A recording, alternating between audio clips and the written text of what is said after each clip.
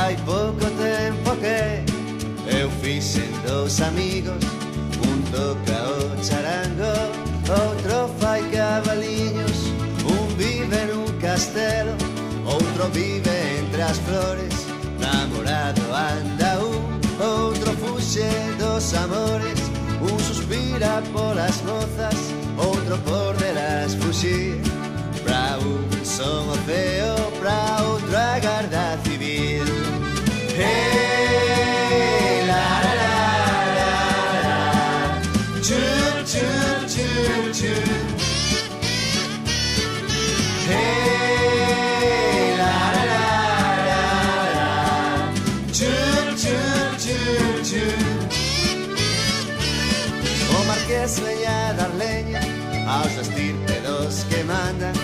E Luís Esmendrella coas súas sátiras cantadas. E Nicolás recita as poesías de Maquieira. A bufé que son bonitas, a bufé que son sinceras. Hey, la la la la la, chum chum chum chum. Hey, la la la la la, chum chum chum chum. Un deles tivo dores, non podía camiñar. Cunha masaxe no cu, outro foi quen do curar.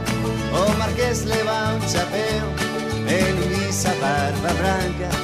E os dous lle dan ao pé cando Roxelio lles canta.